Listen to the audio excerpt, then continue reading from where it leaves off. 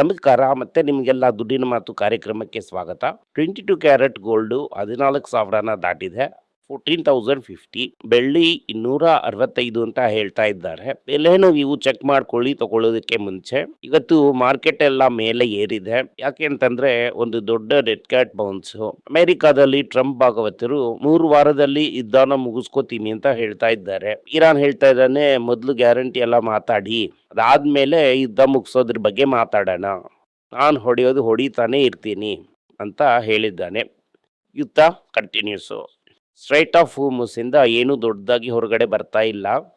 Straight of ಹೋಮಸ್ನ ಇವರು release ಮಾಡಿ ಎಲ್ಲ ಸರಿಯಾದ್ರೂ ಕೂಡ 2 ವಾರ ಆಗುತ್ತೆ ಎಲ್ಲ ಹೊರಗಡೆ ಬರೋದಕ್ಕೆ. ರೆಂಟು 104, 105, 103 ಅಂತ ಟ್ರೇಡ್ ಆಗ್ತಾ ಇದೆ. ಅದರಿಂದ ಇವತ್ತು ಒಂದೇ ಸಂತೋಷದಲ್ಲಿ ಮಾರ್ಕೆಟ್ ಬೆಳಗ್ಗೆ 515 ಪಾಯಿಂಟ್ ಪ್ಲಸ್ ಅಲ್ಲಿ ಓಪನ್ ಆಯ್ತು. ಅದರಿಂದ ಮಾರ್ಕೆಟ್ ಟಕ ಟಕ ಟಕ ಅಂತ ಏರಿ 555 ಪಾಯಿಂಟ್ ಗಿಂತ ಮೇಲೆ ಹೋಯ್ತು. ಸೆನ್ಸೆಕ್ಸ್ 1600 ಪಾಯಿಂಟ್ ಗಿಂತ ಮೇಲೆ ಹೋಯ್ತು. ಆಮೇಲೆ ದಪ್ಪಾಕೊಂಡ್ಬಿಡ್ತು. ಮಾರ್ಕೆಟ್ ಬೇಸಿಕ್ಲಿ ಇವಾಗ ಸ್ವಲ್ಪ ಒಂದು ಕರುಣಾಜನಕ ರೀತಿಯಲ್ಲಿ ಇದೆ. ಹೈಯರ್ ಲೆವೆಲ್ ಅಲ್ಲಿ FIA ಬ್ಯಾಟ್ನ ಸುತ್ಕೊಂಡು ಬರ್ತಾ ಇದ್ದಾನೆ. ಅದರಿಂದ ಮಾರ್ಕೆಟ್ ಏನಾಗುತ್ತೆ ಅಂತ ಅನ್ನೋದು ನಮಗೆ ಗೊತ್ತಿಲ್ಲ. CNBC ಟಿವಿನಲ್ಲಿ 4 ದೊಡ್ಡ ಎಕ್ಸ್ಪರ್ಟ್ಸ್ ಎಲ್ಲ ಮಾತಾಡುವಾಗ ಈ ವಾರದಲ್ಲಿ ಮಾರ್ಕೆಟ್ಟು 4 ದಿನ ಇರತ್ತಪ್ಪ ಅಂತ ಒಂದು ನೆಮ್ಮದಿಯಿಂದ ಹೇಳ್ತಾ ಇದ್ರು. ಮಾರ್ಕೆಟೇ ಬೇಡ ಅಂತ ಕೆಲವರೆಲ್ಲ ಹೇಳಿದ್ರು ಅಂತಂದರೆ ಒಂದು ಪ್ರೆಷರು ಜಾಸ್ತಿ ಆಗಿದೆ ಅಂತಲೇ ಅರ್ಥ.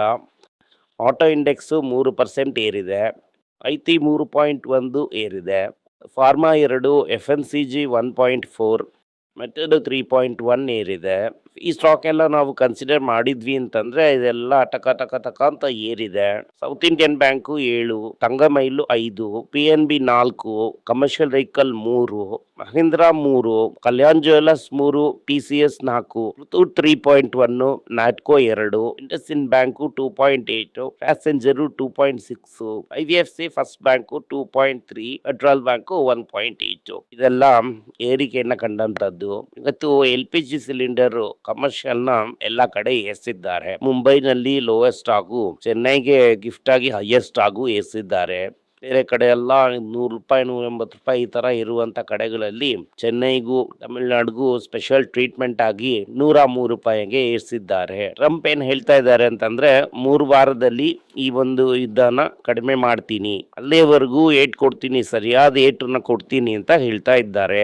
ಈಗ ಎಕ್ಸ್ಪೋರ್ಟರ್ಗೆ ಇನ್ನೂ ದೊಡ್ಡ ಕಷ್ಟ. ಶಿಪ್ಪಿಂಗ್ ಚಾರ್ಜಸ್ಸು 40% ಏರಿದೆ. ಇನ್ನೂ ಆ ಸೈಡ್ ಹೋಗಿಲ್ಲ, ಹೋದ್ರೆ 40% ಏರಿಸ್ಬಿಡತ್ತೆ. ಜೆಟ್ ಫ್ಯೂಯಲ್ ಪ್ರೈಸ್ ಎಲ್ಲ ಡಬಲ್ ಆಗಿದೆ. ಏರ್ಲೈನ್ಸ್ ಎಲ್ಲ ಪ್ರೆಷರಲ್ಲಿದೆ. ಅದರಿಂದ ಇವರಿಗೆಲ್ಲ ಈ ಪ್ರಾಫಿಟ್ ಅನ್ನೋದೇ ಇರೋದಿಲ್ಲ ಈ ವಾರದಲ್ಲಿ. ನಾನು ಹೇಳಿದ್ದನ್ನ ಈಗ ಬೇರೆಯವರು ಹೇಳ್ತಾ ಇದ್ದಾರೆ. ರೂಪಾಯಿ ಸೆಂಚುರಿ 100 ಈ ವರ್ಷ 100 ಅನ್ನೋದು ಖಂಡಿತ, 125 ನಿಶ್ಚಿತ ಅಂತ ಹೇಳ್ತಾ ಇದ್ದಾರೆ. ಇದನ್ನ ಈ ಚಾನಲ್ ನೀವು ಫಾಲೋ ಮಾಡಿದ್ರೆ ಮುಂಚೆನೆ ನಿಮ್ಗೆ ಈ ನ್ಯೂಸ್ ಬಂದಿರುತ್ತೆ. ರುಪಿ ಹಲವು ವರ್ಷದಲ್ಲಿ ಇತಿಹಾಸದಲ್ಲೇ ಕಾಣದೇ ಇರೋಷ್ಟು ಡಮಾರ್ ಅಂತ ಬಿದ್ದಿದೆ. ಆದ್ರೆ ನಮ್ಮ ಈ ಡಾಕ್ಟರ್ ಆಗಿರುವಂತ ಅಮ್ಮಯ್ಯರ್ ಇದು ಬೀಳ್ತಾನೆ ಇಲ್ಲ, ಬಿದ್ದೇ ಇಲ್ಲ, ಸೂಪರ್ ಆಗಿದೆ ಅಂತ ಹೇಳ್ತಾ ಇದ್ದಾರೆ. ಅಮ್ಮಯ್ಯರ್ನ ನಂಬೇಕಾ ಬೇಡವಾ ಅನ್ನೋದನ್ನ ನೀವೇ ಡಿಸೈಡ್ ಮಾಡ್ಕೊಳ್ಳಿ. ಅದೇ ಏಷ್ಯಾದಲ್ಲೂ ವರ್ಸ್ಟ್ ಪರ್ಫಾರ್ಮಿಂಗ್ ಕರೆನ್ಸಿ ಈ ವರ್ಷದಲ್ಲಿ.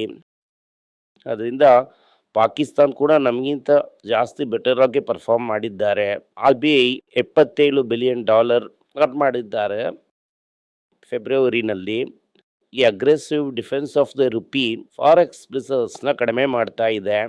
ಅದಾದಮೇಲೆ ನಿನ್ನೆ ಮಾರ್ಕೆಟ್ ಸೆಲ್ ಆಫ್ ರಿಯಾಲಿಟಿ ನಾಯ್ತಿ ತುಂಬಾನೇ ಜಾಸ್ತಿ.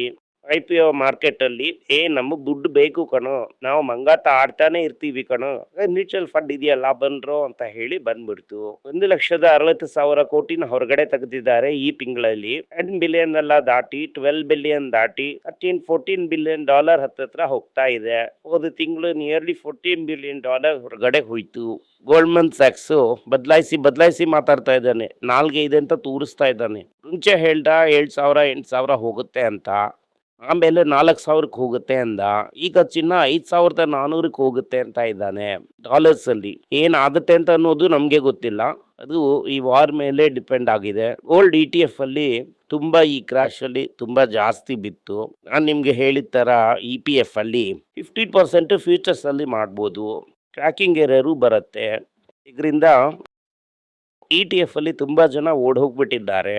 ಈಕ್ವಿಟಿ ಇನ್ ಮ್ಯೂಚುವಲ್ ಫಂಡ್ ಇನ್ಫ್ಲೋ 2026 ಅಲ್ಲಿ 27% ಕಡಿಮೆ ಆಗಿದೆ. ಜನಗಳು ಸೇಫರ್ ಅಸೆಟ್ ಅಂತ ಓಡ್ ಹೋಗ್ತಾ ಇದ್ದಾರೆ. ಅದಾದ್ಮೇಲೆ E20 ಮೆಥನಾಲ್ ಹಾಕಿದ್ರೆ ಯಾರು ತಗೊಳತಾ ಇಲ್ವಂತೆ. ಎಥನಾಲ್ ಹಾಕಿದ್ರೆ ಇಂಜಿನ್ ಓಡತ್ತೆ. ಅದರಿಂದ ಇದನ್ನ ಕಂಪಲ್ಸರಿ ಮಾಡಬೇಕು ಅಂತ ಗಡ್ಕರಿ ಹೇಳ್ತಾ ಇದ್ದಾರೆ. ಇವತ್ತು ಇಂಪ್ಲಿಮೆಂಟ್ ಮಾಡಿದ್ದಾರೆ. 70% ವೆಹಿಕಲ್ಲು ಎಥನಾಲ್ ರೆಡ್ ಫೇರ್ ಅಲ್ಲಿ ಯೂಸ್ ಮಾಡೋದಕ್ಕೆ ಆಗೋದಿಲ್ಲ.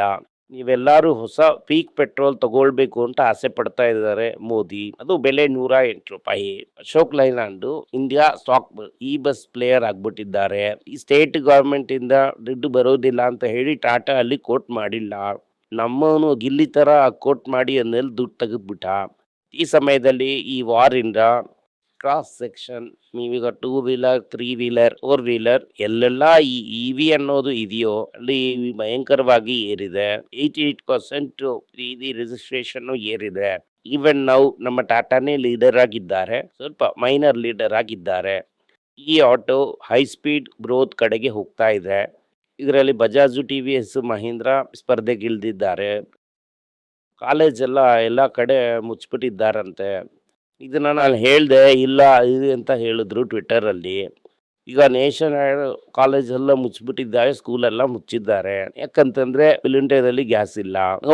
ಡಿಸ್ಕೋ ನೀನೇ ರೇಟ್ ನ ಕಡಿಮೆ ಮಾಡಕ್ಕಾಗುತ್ತಾ? ನನ್ನಿಂದನೂ ರೇಟ್ ಕಡಿಮೆ ಮಾಡಕ್ಕಾಗುತ್ತೆ, ತುಂಬಾ ಚೀಪ್ ಆಗಿ ನಾವು ಕೊಡ್ತೀವಿ ಅಂತ ಶುರು ಮಾಡಿದ್ದಾರೆ. ಕೊರೋನಾ ರೆಮಿಡೀಸ್ ಅಂತ ಒಂದು ಕಂಪನಿ ಇದೆ.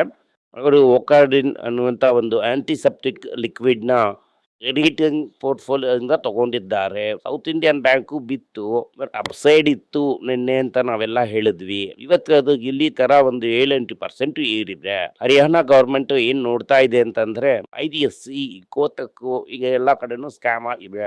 ಯಾವ ರೀತಿ ಈ ಸ್ಕ್ಯಾಮ್ ನಡೆದಿದೆ ಅನ್ನೋದನ್ನ CBI ನ ಇಟ್ಟು ಇನ್ವೆಸ್ಟಿಗೇಷನ್ ಮಾಡೋಣ ಅಂತ ಹೇಳ್ತಾ ಇದ್ದಾರೆ.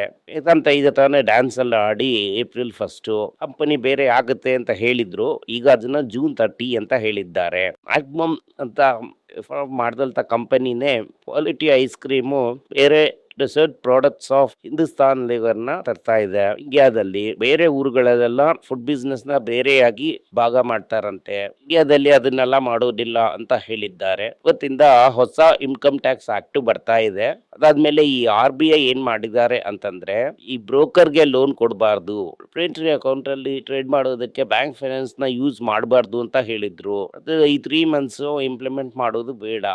ನಮ್ಮ ಈ ದೋಸ್ತ್ ಅಂತ ಏನೋ ಬ್ರೋಕರ್ ಇದ್ದಾನಲ್ವಾ, ಅವನು ಈ ಪೊಸಿಷನ್ ಎಲ್ಲ ಸೆಟಲ್ ಮಾಡಿದ್ಮೇಲೆ ನೋಡ್ಕೊಳ್ಳೋಣ ಅಂತ ಹೇಳಿದ್ದಾರೆ. ಜುಲೈ 1ನೇ ತಾರೀಕುವರೆಗೂ ಟೈಮ್ ಕೊಟ್ಟಿದ್ದಾರೆ. ನಮ್ಮ ಈ ಸಸ್ಯ ಏಜೆನ್ಸೀಸು ಈ ಸಾಮಾನುಗಳನ್ನೆಲ್ಲ ಮಾರುವಂಥವ್ರು ಸ್ವಲ್ಪ ಸ್ಟಾಕ್ನೆಲ್ಲ ಮಾರಿ ಸಾಲವನ್ನೆಲ್ಲ ತೀರಿಸಿ ಕಥೆ ಮಾಡ್ಕೋತೀನಿ ಅಂತ ಹೇಳ್ತಾ ಇದ್ದಾರೆ. ಅದು 600 ಕೋಟಿಗೆ IPO ಪೇಪರ್ ಹಾಕಿದ್ದೀನಿ ಅಂತ ಹೇಳ್ತಾ ಇದ್ದಾರೆ. ಇವತ್ತು ಬೆಳಗ್ಗೆ IT ನಲ್ಲಿ ತೆಗೆದಿದ ತಕ್ಷಣ ಶುಭ ಸುದ್ದಿ. ಬೆಳಗ್ಗೆ 6 ಗಂಟೆಗೆ ಯು ಆರ್ ಫೈರ್ಡ್ ಅಂತ ಹೇಳಿ ಇಂಡಿಯಾದಲ್ಲಿ 12,000 ಜನಕ್ಕೆ ಹೇಳಿದ್ದಾರೆ. ಇವರೆಲ್ಲ ಲಕ್ಷಗಟ್ಲೆ ಕೋಟಿಗಟ್ಲೆ ಸಂಬಳ ತಗೊಳ್ಳುವಂತವ್ರು. ಫೆಟ್ ಏನ್ ಹೇಳ್ತಾರೆ ಅಂತಂದ್ರೆ ಯಾವಾಗ ಗೇಟ್ಸ್ ನೋಡಿ ನೀನ್ ನನ್ನ ಫ್ರೆಂಡ್ ಕಣೋ ಅಂತ ಹೇಳಿದ್ರು, ಹೊರಟೋದ್ರು, ಮಾತಾಡಿಲ್ಲ. ಅವತ್ತೇ ನಾನು ಮಾತಾಡಿಲ್ಲ. ಏನಾದ್ರೂ ಮಾಡಿದ್ರೆ ನನ್ನ ನೋಡಿ ಮತ್ತೆ ವಿಟ್ನೆಸ್ ಹೇಳೋದಕ್ಕೆ ಹೇಳ್ತಾರೆ, ನಾನು ಬರೋದೇ ಇಲ್ಲ ಅಂತ ಹೇಳಿದ್ದಾರೆ. ಬಫೆಟ್ ಇನ್ನೊಂದು ಏನ್ ಹೇಳ್ತಾ ಇದ್ದಾರೆ ಅಂತಂದ್ರೆ ಫೈನಾನ್ಷಿಯಲ್ ಸಿಸ್ಟಮ್ ಅಮೆರಿಕಾದಲ್ಲಿ ಏನಾಗಿದೆ, ಬ್ಯಾಂಕಿಂಗ್ ಸಿಸ್ಟಮ್ ರಿಸ್ಕ್ ಅಲ್ಲಿ ಬರೋದಕ್ಕೆ ಸಾಧ್ಯತೆಗಳು ಪ್ರಕಾಶಮಾನವಾಗಿದೆ ಅಂತ ಹೇಳಿದ್ದಾರೆ. ಇವತ್ತು ಇಷ್ಟೇನೆ ಮುಖ್ಯ ಸುದ್ದಿ. ಇವತ್ತು ಮಾರ್ಕೆಟ್ ಇದೆ, ಅದು ಟ್ರೇಡಿಂಗ್ ಥೋಸ್ ಇಲ್ಲ, ಸೆಟಲ್ಮೆಂಟ್ ನಾಳೆಗೇನೆ. ಅದರಿಂದ ಕಾದಿದ್ದಿ ನೋಡೋಣ ಏನ್ ನಡೆಯುತ್ತೆ ಅನ್ನೋದನ್ನ ನೋಡೋಣ. ಮಾರ್ಕೆಟ್ ರನ್ನವೇ ಎಲ್ಲ ಇಲ್ಲ, ತಿರ್ಗಾ ಫಂಡಮೆಂಟಲ್ ಸರಿ ಇಲ್ಲ, ಅದನ್ನ ಕ್ಯಾಪ್ಚರ್ ಮಾಡೋಣ. ಗೋಲ್ಡ್ ಈಗ ತಿರ್ಗಾ ಏರೋದಕ್ಕೆ ಶುರುವಾಗಿದೆ. ಮಧ್ಯದಲ್ಲಿ ಸ್ವಲ್ಪ ದಿನ ಕಡಿಮೆ ಆಗುತ್ತೆ. ಯಾಕೆ ಅಂತಂದ್ರೆ ಟ್ರಂಪ್ ಭಾಗವತರು ಏನ್ ಮಾತಾಡ್ತಾರೆ ಅಂತ ಅನ್ನೋದು ಗೊತ್ತಿಲ್ಲ. ಗುಂಡು ಬಿದ್ರೆ ರೇಟ್ ಕಡಿಮೆ ಆಗುತ್ತೆ. ಡೆಫಿನೆಟ್ ಆಗಿ ಗೋಲ್ಡ್ನ ತಗೋಬೇಡಿ. ಧನ್ಯವಾದಗಳು. ಈ ವಿಡಿಯೋ ನಿಮ್ಗೆ ಇಷ್ಟ ಆಗಿದ್ರೆ ವಿಡಿಯೋನ ಲೈಕ್ ಮಾಡಿ, ನಮ್ಮ ಚಾನೆಲ್ನ ಸಬ್ಸ್ಕ್ರೈಬ್ ಮಾಡಿ, ಬೆಲ್ ನೋಟಿಫಿಕೇಶನ್ ತಟ್ಟಿ. ಈ ವಿಡಿಯೋನ ಸಾಧ್ಯ ಆದರೆ ನಿಮ್ಮ ಸಂಬಂಧಿಕರಿಗೂ ಸ್ನೇಹಿತರಿಗೂ ಕಳಿಸಿ, ಅವ್ರಿಗೂ ನೋಡೋದಕ್ಕೆ ಹೇಳಿ. ಧನ್ಯವಾದಗಳು.